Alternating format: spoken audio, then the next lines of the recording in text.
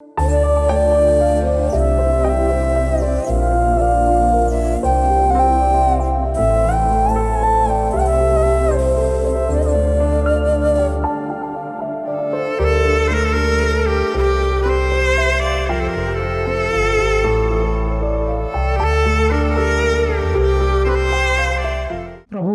మన రక్షకుడును అయిన యేసుక్రీస్తు ప్రభుల వారి శ్రేష్ఠ నామాన్న మీ అందరికీ శుభాలు వందనాలు తెలియపరుస్తున్నాను. ఈరోజు మన వాక్య ధ్యానము మార్కు సువార్త 1వ అధ్యాయము 35వ వచనాన్ని నేను చదువుతున్నాను. ఆయన పెందల కడనే లేచి ఇంకనూ చాలా చీకటి ఉండగానే బయలుదేరి అరణ్యమునకు వెళ్ళి అక్కడ ప్రార్థన చేయుచుండెను అని రాయబడి ఉంది.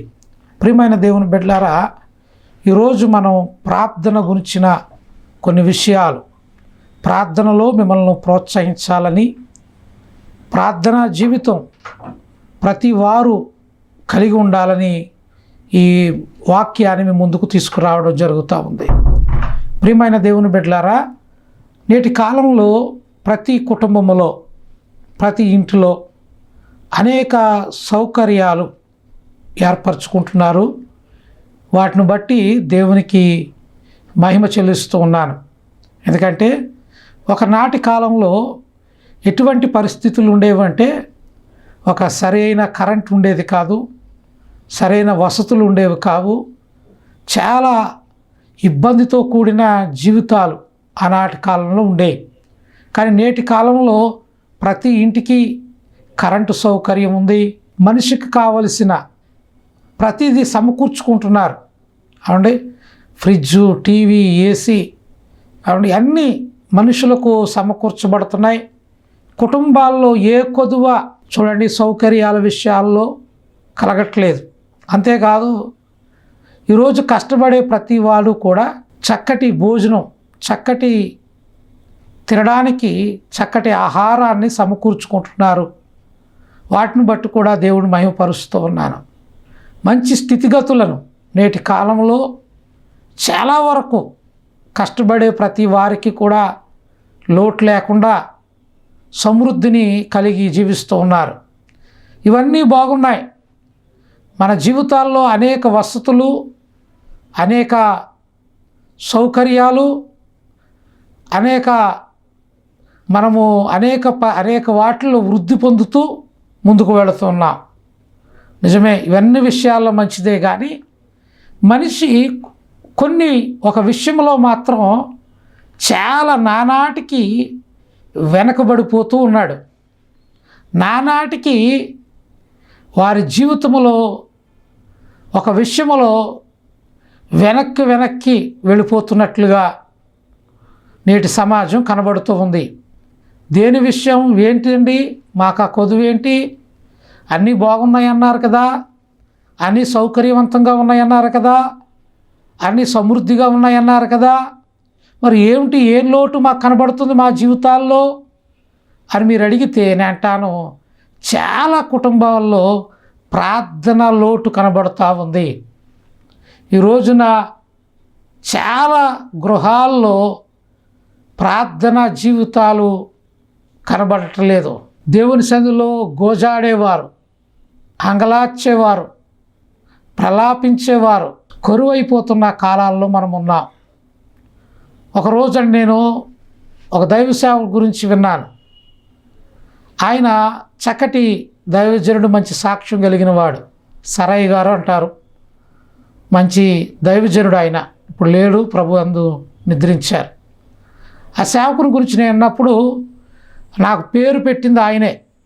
నేను విన్నప్పుడు నాకు పేరు పెట్టింది ఆయన చేతుల మీదుగా నాకు పేరు పెట్టారంట. అటువంటి మంచి దైవజనుడు. అయితే ఆనాటి కాలంలో ఆయన ఉదయకాలం ఒక 9:30కో 10కో ఆరాధన ప్రారంభిస్తే సాయంత్రం 4, 4:30 అయ్యేది అంట ఆరాధన ముగించే టయానికి. అంటే అంతసేపు ఆరాధన ఆయన నడిపిస్తూ ఉండేవాడు. ఆయన ఆత్మపూర్ణుడు, చక్కగా ఆ ఆరాధనలు నడిపిస్తూ ఉండేవాడు. దేవుని బిడ్డలారా, చక్కగా అంతసేపు ఆనాటి కాలంలో, వసతులు లేని కాలంలో, అండి ఇప్పుడు మనకు దోమ కూడా కుట్టకుండా మనం అన్ని సౌకర్యాలు తీసుకొస్తున్నాం కదా. ఆనాడు ఈ వసతులు లేని కాలంలో ఆ దైవజనుడు అంతసేపు ఆరాధన చేస్తున్నా ప్రజలందరూ అలాగనే దేవుని సన్నిధిలో కూర్చుని దేవుని వాక్యం విని ముందుకు వెళుతూ ఉండేవారు. కానీ నేటి కాలంలో ఒక అరగంట కంటే లేక ఒక 45 నిమిషాల కంటే లేకపోతే కొంతసేపు కంటే వాక్యం ఎక్కువ చెప్పామనుకోండి, ఏం చేస్తున్నారు? ఏం ఆలోచిస్తావు అప్పుడు? పాస్టర్ గారికి టైము తెలియట్లేదేమో, టైం ఎంత అయిందో ఆయనకి అర్థం అవ్వట్లేదేమో. కొన్నిసార్లు చాలా మదన పడిపోతూ ఉంటారు వాక్యం వినటానికి. అలాగనే ప్రార్థన విషయంలో కూడా, ఈరోజు ప్రార్థన కూడిక ఉంది సన్నిధిలో అని సేవకుడు చెప్పినప్పుడు ప్రార్థనా కూడికి సంఘమంతా వెళ్ళాలి. కానీ నేటి సమాజంలో ఏం జరుగుతుందో తెలుసా? సంఘం ఒక 300 మంది సంఘం ఉంటే ప్రార్థనా కూడికి ప్రార్థనలో ఈ రోజంతా మనం కనిపెడదాం, ప్రార్థన చేద్దామని సేవకుడు తెలియపరిచినప్పుడు ఎంతమంది దేవుని మందిరానికి వెళుతూ ఉన్నారు? నేను అంటాను 300 మంది ఉంటే 30 మంది, 10%, 30 మంది ఉండడమే కష్టం అయిపోతుంది. ప్రార్థనా కూడికలలో ప్రార్థన చేస్తున్నప్పుడు కొంత సమయం ఎక్కువ దేవుని సన్నిధిలో ప్రార్థించడానికి చాలామంది మదన పడిపోతున్నారు, ఇబ్బంది పడిపోతున్నారు. అయ్య బాబు ఇంతసేపు ప్రార్థన అండి. ఏ వసతులు లేనప్పుడు ఎంతగా ప్రార్థన చేసేవారు? ఏ పరిస్థితులు, ఎటువంటి సౌకర్యాలు లేనప్పుడు కూడా అంత ఎక్కువసేపు ప్రార్థించేవారు, అంతసేపు ఎక్కువసేపు దేవుని సన్నిధిలో గడిపేవారు. అంతగా దేవుణ్ణి ప్రార్థించి అడిగి ఆయన దగ్గర పొందుకునేవారు. కానీ నేటి కాలంలో చూడండి, ఎక్కడ మనము తగ్గట్లేదు, కానీ ప్రార్థన ఆధ్యాత్మికమైన విషయాల్లో మాత్రం మనం వెనకబడిపోతూ ఉన్నాం, నానాటికి దిగజారిపోతూ ఉన్నాం. ప్రార్థించవలసినంతగా నీవు ప్రార్థన చేయట్లేదు. దేవుని సన్నిధిలో గడపవలసినంతగా నీవు దేవుని సన్నిధిలో గడపట్లేదు. దేవుని వాక్యాన్ని ధ్యానించవలసినంతగా దేవుని వాక్యాన్ని నువ్వు ధ్యానించట్లేదు. ఎందుకు అంటే మనము శరీరానికి లేక శరీరాశలకు లోనైన వారుగా, మనము శరీరాన్ని సుఖపెట్టేవారుగా, సుఖానుభవులు అయిపోయి మనం దేవుని సన్నిధిలో ప్రార్థించలేని వారుగా మారిపోతూ ఉన్నారు. ప్రియమైన దేవుని బిడ్డలారా, ఈ వాక్యం వింటున్న ప్రియ సోదరుడా, నీ ఇంటిలో ప్రతిరోజు కనీసం 1 గంటైనా నువ్వు ప్రార్థన చేయగలుగుతున్నావా? అసలు ప్రార్థన చెయ్యని రోజులు ఎన్ని ఉన్నాయి నీ జీవితంలో? ఎన్నో ఉంటాయి కదా, ఎన్నో ఉండొచ్చు అండి. ప్రార్థన చెయ్యనీయకుండా రోజులు గడుపుతున్న వారు అనేకులు ఉన్నారు. దేవుని బిడ్డలారా, నేను అంటాను, ఆపద వచ్చినప్పుడు, సమస్యలు వచ్చినప్పుడు, ఇబ్బందులు వచ్చినప్పుడు ఈ లోకంలో మనల్ని ఏది కాపాడలేదండి, ఏది మనల్ని రక్షించలేదండి.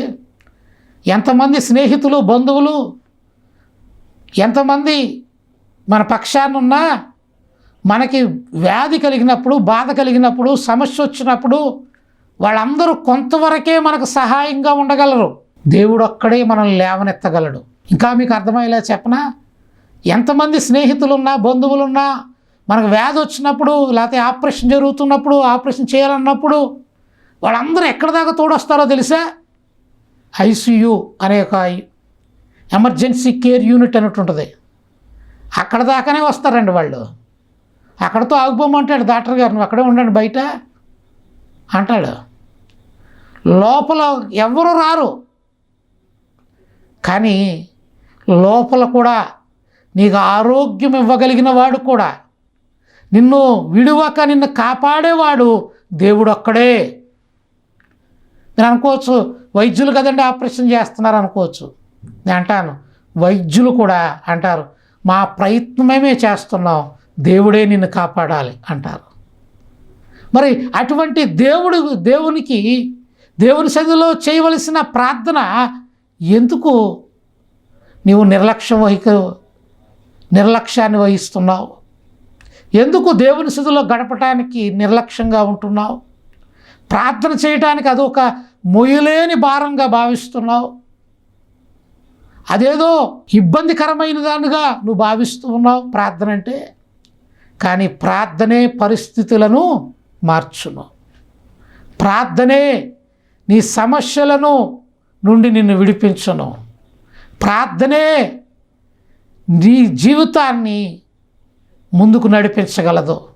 ప్రార్థన వలనే, ప్రార్థన లేకుండా మనం ఏదియో సాధించలేం. దేవుని సన్నిధిలో అడగకుండా, దేవుని సన్నిధిలో ప్రార్థించకుండా మనం ఏమీ పొందుకోలేం. ప్రియమైన దేవుని బిడ్డలారా, ప్రార్థించేవారిగా మనం ఉండాలి. దేవుని అడిగేవారిగా మనం ఉండాలి. ఇక్కడ చూడండి, మనం చూస్తున్నాం విన్న వాక్యములో, ఆయన పెందల కడనే లేచి ఇంకనూ చాలా చీకటి ఉండగానే బయలుదేరి అరణ్యమునకు వెళ్ళి అక్కడ ప్రార్థన చేయుచుండెను. దేవుని బిడ్డలారా, యేసుక్రీస్తు ప్రభులు వారు ఈ లోకంలో ఉన్నప్పుడు ఆయన ఒక మాదిరి జీవితాన్ని మనకు చూపించాడు. అక్కడ రాయబడి ఉంది కదా, పెందల కడనే చీకటి ఉండగానే లేచి ఆయన ప్రార్థన చేయడానికి అరణ్యం వెళ్ళినట్లుగా మనం చూస్తాం. ఎప్పుడైనా రేయి మొదటి జామున లేచి దేవుని సన్నిధిలో ప్రార్థించావా? ప్రార్థనా జీవితాన్ని కలిగి ఉన్నావా?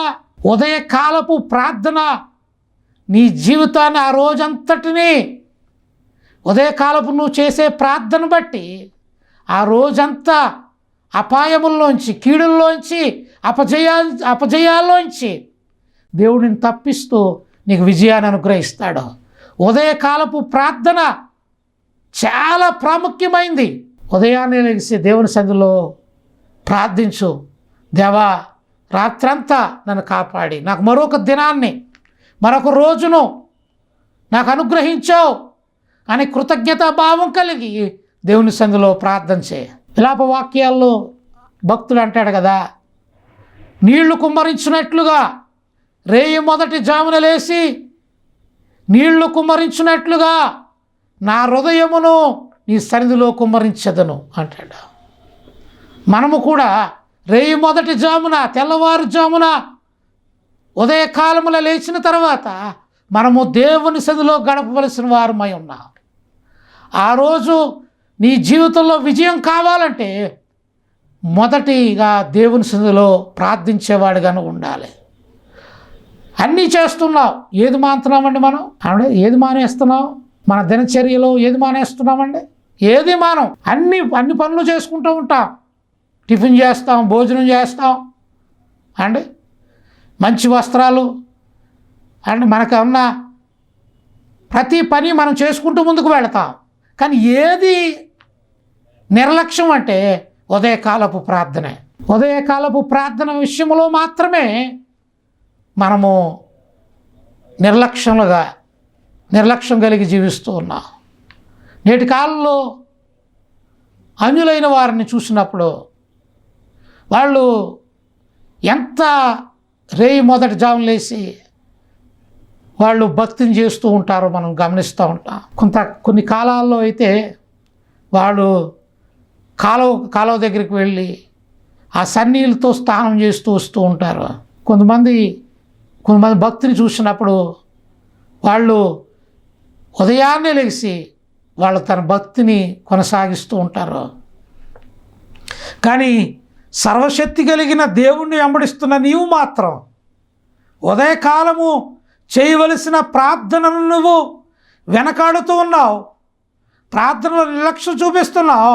అందుకనే అనేక విషయాల్లో అపజయాన్ని చూస్తున్నావు, అనేక సమస్యలలో నీవు కృంగిపోతున్నావు, అనేక ఇబ్బందులలో, అనేక సమస్యలతో తలడిల్లిపోతున్నావు. ఈ వాక్యం ద్వారా చెప్తూ ఉన్నాను, దయించి ఉదయకాలపు ప్రార్థన చేయటానికి పూనుకో. అప్పుడు నీ జీవితం గొప్ప విజయకరంగా దేవుడు మలుస్తాడు. చూడండి, రెండవదిగా మనం చూద్దాం. బైబిల్ గ్రంథం ఉన్నవారు తీసుకోండి. దానియేలు గ్రంథంలో 9వ అధ్యాయము 19వ వచనాన్ని మనము చదువుకుందాం. ఆలకించుము, ప్రభువా క్షమింపుము, ప్రభువా ఆలస్యము చేయక చెవియొగ్గి నా మనవి చిత్తగింతుము. నా దేవా, ఈ పట్టణమును ఈ జనులను నీ పేరు పెట్టబడినవై నీ ఘనతను బట్టియే నా ప్రార్థన విన్నపమును వేడుకుంటుని అని రాయబడి ఉంది.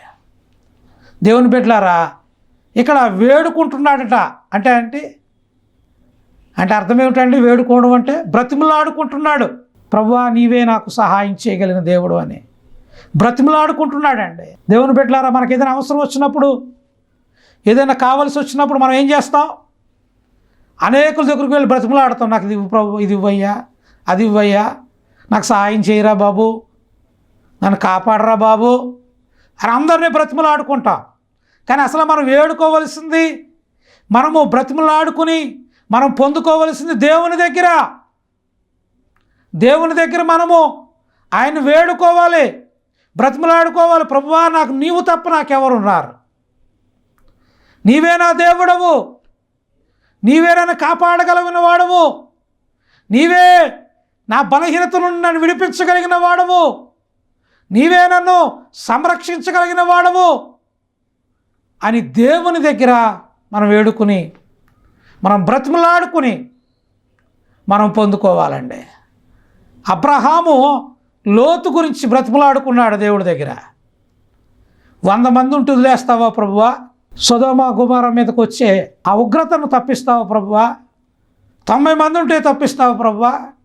ఆయన గమ్యం ఏమిటి ఆయన ప్రార్థనలో అంటే ఏవైనా తన స్నేహితుడిని కాపాడుకోవాలి, తన స్నేహితుడి కుటుంబాన్ని కాపాడుకోవాలి. దేవుడు బ్రతిమలాడుకుంటున్నాడు, దేవుడిని అడుగుతూ ఉన్నాడు. ఆయన ప్రార్థించగా దేవుడు, నేను చెప్పాను ముందే ఉగ్రత తీసుకొస్తాను, నేను ఎవరిని కాపాడు అన్నాడా? ఆయన బ్రతిమలాడుకున్నప్పుడు ఆయన ప్రార్థనను విన్న దేవుడు లోతు కుటుంబాన్ని బయటికి తీసుకురావడం కొరకు దేవదూతలను పంపించాడండి. దేవునికి మహిమ కలుగును గాక. మనం దేవుణ్ణి అడిగినప్పుడు ఆయన సహాయాన్ని మనం పొందుకోగలం. ఆయన ఇచ్చే గొప్ప సహాయాన్ని మన జీవితంలో అనుభవించగలం మనం దేవుణ్ణి అడిగినప్పుడు. కానీ మనం ఏం చేస్తాం తెలుసా? దేవుణ్ణి వేడుకో, లోకస్తులందరి దగ్గర చేతులు చాపుతూ ఉంటాం, అందరిని బ్రతిమలాడుకుంటూ ఉంటాం, అందరిని వేడుకుంటాం. వాళ్ళందరూ మనం వస్తున్నామని తెలిసి ముందు ఏం చేస్తారు తెలిసి, ఈడు ఏదో అడుగుతాడరా బాబు, ఇంట్లో ఉండి కూడా లేరని చెప్తారు. మాట్లాడుతున్నామని తెలిసి కూడా వాళ్ళు ఏం చెప్తారు తెలుసా? నాకు ముందే వాళ్ళ దగ్గర ఉన్నా లేవని చెప్తారు. సహాయం చేయగలిగి ఉండి కూడా సహాయం చేయకుండా నేను చేయలేవని చెప్తారు. లోకస్తుల దగ్గర మనం వేడుకుంటున్నాం, బ్రతిమలాడుకుంటున్నాం, కానీ నిన్ను కాపాడి నిన్ను రక్షించగలిగిన, నిన్ను లేవనెత్తగలిగిన, నీకు సహాయం చేయగలిగిన దేవుని దగ్గర మాత్రం వేడుకుంటలేదు నువ్వు. ఈరోజు వాక్యం ద్వారా చెప్తున్నాను, అమ్మా నీ అవసరత వెరిగిన దేవుడు, నువ్వు అడిగితే ఆయన నీకు సహాయం చేస్తాడు. ఆయన నీకు సహాయకుడుగా ఆయన ఉన్నాడు, నీకు తోడుగా. ఆయన అడుగు, ఆయన సన్నిధిలో వేడుకో, ఆయన సన్నిధిలో ప్రార్థన చేయి. తప్పకుండా నేను అంటున్నాను, ఒక సేవకునిగా చెప్తున్నాను, ప్రియ తల్లి, నీకున్న వ్యాధి నుండి దేవుడు విడిపిస్తాడు నువ్వు దేవుడిని వేడుకుంటే. నీకున్న ఇబ్బందుల నుంచి దేవుడు విడిపిస్తాడు నువ్వు వేడుకుంటే. నీవు ఎవరి దగ్గరో నీ బాధ చెప్పుకుంటున్నావు, వాళ్ళెవ్వరూ నీ బాధను తీసివేయలేరు. దేవుడు ఒక్కడే నీ బాధను తీసివేయగలిగిన వాడు, నీ పరిస్థితిని మార్చగలిగిన వాడు, నీ స్థితిగతులను మార్చగలిగిన వాడు దేవుడు ఒక్కడే. ఆయన దగ్గర వేడుకో, ఆయన దగ్గర అడుగు. చూడండి, మనము ఆయన దగ్గర వేడుకునేవారుగా ఉండాలి. 2 విషయాలు మనం నేర్చుకున్నాం. మొదటిది ఏంటంటే, వేకునే రేయి మొదటి జామున లేచి నీళ్లు కుమ్మరించినట్లుగా మన హృదయాన్ని కుమ్మరించాలట. ఆయన దగ్గర వేడుకోవాలి, ప్రార్థన చేయాలి. ఉదయాన్నే లేచి ప్రార్థన చేయడం అలవర్చుకో. నాకు కుదరదండి, మేలుకు రాదండి అంటారు కొంతమంది. అంటే మన శరీరం ఎలాంటి తెలుసా? మనం ఏది అలవాటు చేస్తామో అదే అలవర్చుకుంటుందంట మన శరీరం. నిజమండి, సైంటిఫిక్గా ప్రూవ్ అయిన, మనం ఏది అలవాటు చేస్తే దానికే శరీరం అలవాటు అవుద్దట. ఉదయకాలం లేవడం మొదట్లో కొంత కష్టంగా అనిపించవచ్చు, కానీ 4-5 రోజులు కష్టమైన లెగిసి ప్రార్థన చేయడానికి పూనుకో, ఆటోమేటిక్గా 5వ రోజున నీ శరీరమే నేను లేపుతుంది. అందుకని ఉదయకాలం ప్రార్థన చేయండి. ఇప్పుడు రెండోదిగా చెప్తున్నా, దేవుని దగ్గర వేడుకోండి, మనుషుల దగ్గర కాదు. మనుషుల దగ్గర ఎవరి దగ్గర చేయి చాపితే మనల్ని ఇంకా సులకనగా చూస్తారు, ఇంకా లోకుగా చూస్తారు, ఇంకా మనల్ని హీనంగా చూస్తారు వాళ్ళు. మనం దేవుని దగ్గర తప్ప, దేవుని అడిగినప్పుడు దేవుడే మన అవసరాలు అక్కర్లు ఎరిగిన దేవుడు తప్పక మన అవసరాలు అక్కర్లు తీరుస్తాడు. ఏదో ఒక దారి చూపిస్తాడండి దేవుడు. ఏదో విధంగా మనకి మన పరిస్థితుల్లోంచి మనం లేవనెత్తుతాడండి దేవుడు ఆయన వేడుకున్నప్పుడు. మూడవదిగా మనం చూడండి, యోబు గ్రంథం 27వ అధ్యాయము 10వ వచనాన్ని మనము చదువుకుందాం. వాడు సర్వశక్తుని యందు ఆనందించుచున్న వాడు అన్ని సమయములలో దేవునికి ప్రార్థన చేయును. దేవుని బిడ్డలారా, ప్రశ్న వేస్తున్నాడు. అన్ని సమయాల్లో బైబిల్లో దేవుడు ఈ సమయంలోనే చేయి అప్పుడే వింటాను నేను, ఉత్తప్పుడు చేస్తే విన్నాను అన్నాడా? అలా ఎవరితో అన్నాడా? అలా అనే దేవుడు కాదు కదా. సమయమందును అసమయమందును నువ్వు ఏ పరిస్థితిలో ఉన్నా, ఎక్కడున్నా, ఎలాంటి స్థితిలో ఉన్నా నువ్వు చేసే ప్రార్థన దేవుడు ఆలకిస్తాడు. దేవుని బిడ్డలారా, నిజమండి, మనం అన్ని సమయాల్లో ప్రార్థన చేసేవారుగా, మన అవకాశాన్ని బట్టి మనం అన్ని సమయాల్లో ప్రార్థన చేసేవారుగా ఉండాలి. ఒక దైవజనరాలు ఎలా చెప్పారు, నేనున్నాను. ఆ మంది మనం చేస్తున్న పనులు చేస్తున్నప్పుడు కూడా ప్రార్థన చేయొచ్చట. ఎలాగా అవి చెప్పింది. మన ఇంటిని తుడుస్తూ ఉంటాం కదా, క్లీన్ చేస్తూ ఉంటాం.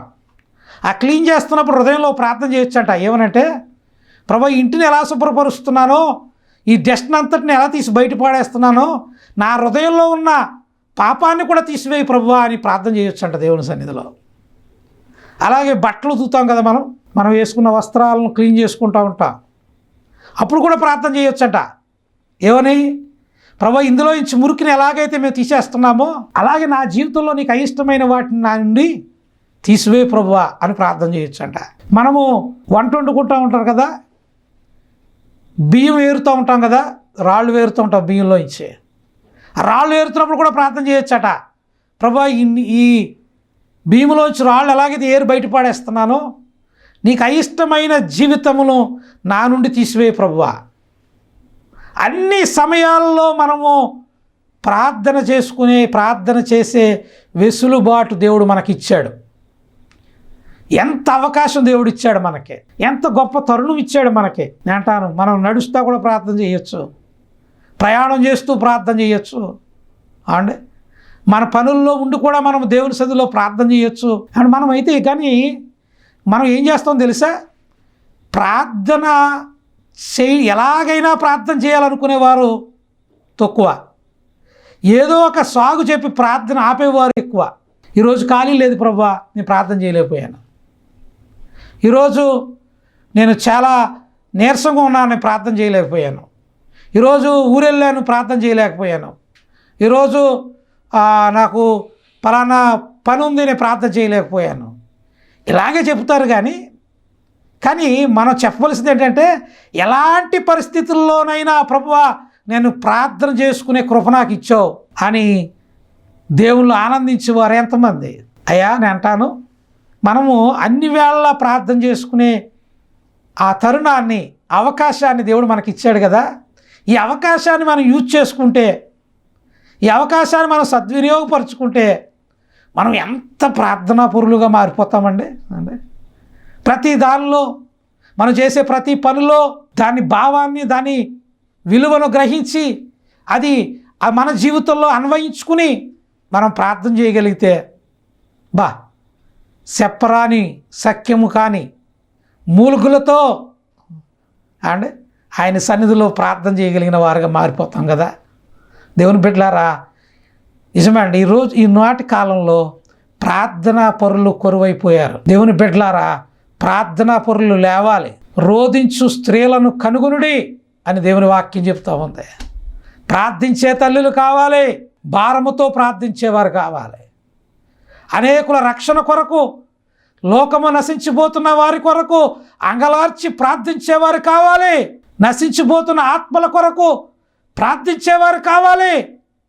దేవుని సేవకు ఆటంకములు కలుగుతున్న వేళ ఆటంకాల నుండి మాకు ప్రభువా విడుదల దయచేయమని ప్రార్థించే బిడ్డలు కావాలి. అట్టి భారము, అట్టి ప్రార్థన ఆత్మను నువ్వు కలిగి ఉన్నావా?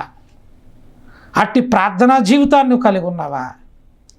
నేను అంటాను, ముగింపు మాటలు చెప్తూ ఉన్నాను, బేస్మెంట్ లేకుండా అండి, పునాది లేకుండా ఇల్లు ఎంత బాగా కట్టినా ఉపయోగం ఉందంటారా? ఉపయోగం ఉందంటారా? బేస్మెంట్ వేయలేదు ముందు, మనం పునాది లోతుగా పునాది వేయలేదు. పునాది వేయకుండా ఇల్లు కట్టేద్దాం అనుకుంటున్నాం. మనం పునాది లేకుండా ఇల్లు కడదాం అనుకున్నప్పుడు బుద్ధిహీనుడు కట్టే ఇల్లు లాగా ఉంటుంది మన ఇల్లు అంటే.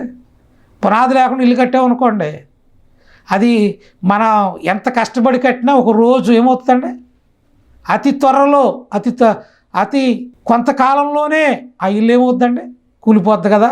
అది నిలబడి ఉంటుందని నువ్వు చెప్పగలవా? పునాది లేని ఇల్లు, పునాది లేని ఇంట్లో నువ్వు ఉండడానికి ఇష్టపడతావా? పునాది లేని ఇంట్లో ప్రతిరోజు భయపడుతూనే బ్రతకాలి, ఏమో ఎప్పుడు కూలిపోద్దో తెలియదు. ప్రార్థన లేని జీవితం కూడా అంతే. ప్రార్థన లేకపోతే బేస్మెంట్ ఏంటో తెలుసా, పునాది ఏంటో తెలుసా? ప్రార్థనే.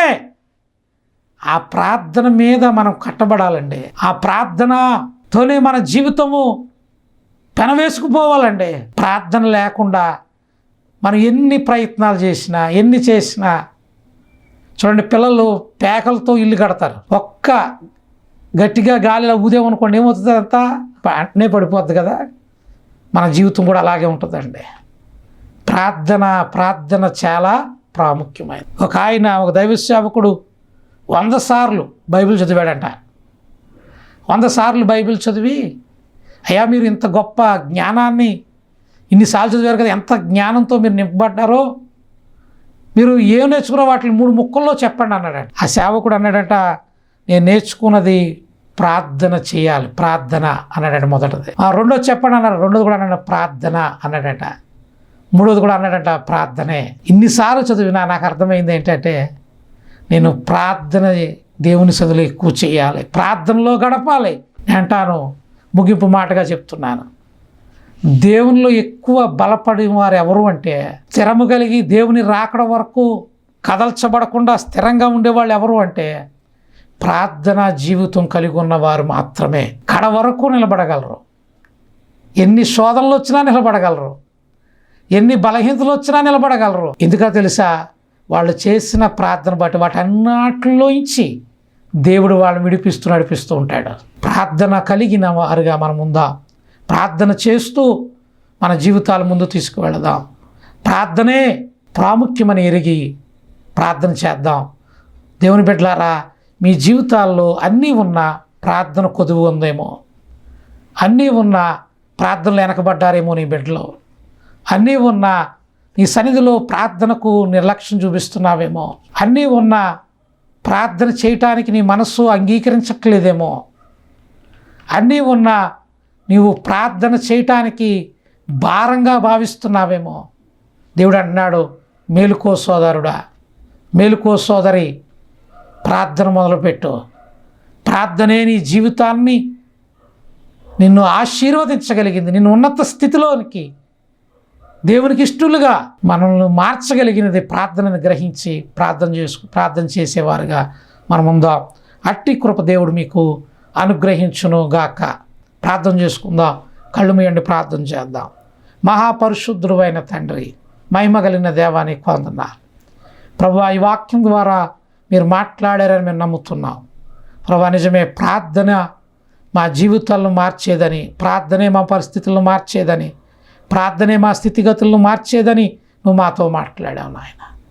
అట్టి ప్రార్థన జీవితం ప్రభు ఎవరైతే వింటున్నారో వారు నేటి నుండైనా నీ సన్నిధిలో ప్రార్థించేవారుగా, నీ సన్నిధిలో గోజాడేవారుగా, నీ సన్నిధిలో మొరపెట్టేవారుగా ఉండటకు నీ కృప చూపండి. ప్రార్థన ఆత్మతో వారిని నింపి మీ నామానికి మహిమ తెచ్చుకోమని యేసు నామమున ప్రార్థించి అడిగి వేడుకుంటున్నాము తండ్రి. ఆమేన్. అందరికీ వందనాలు.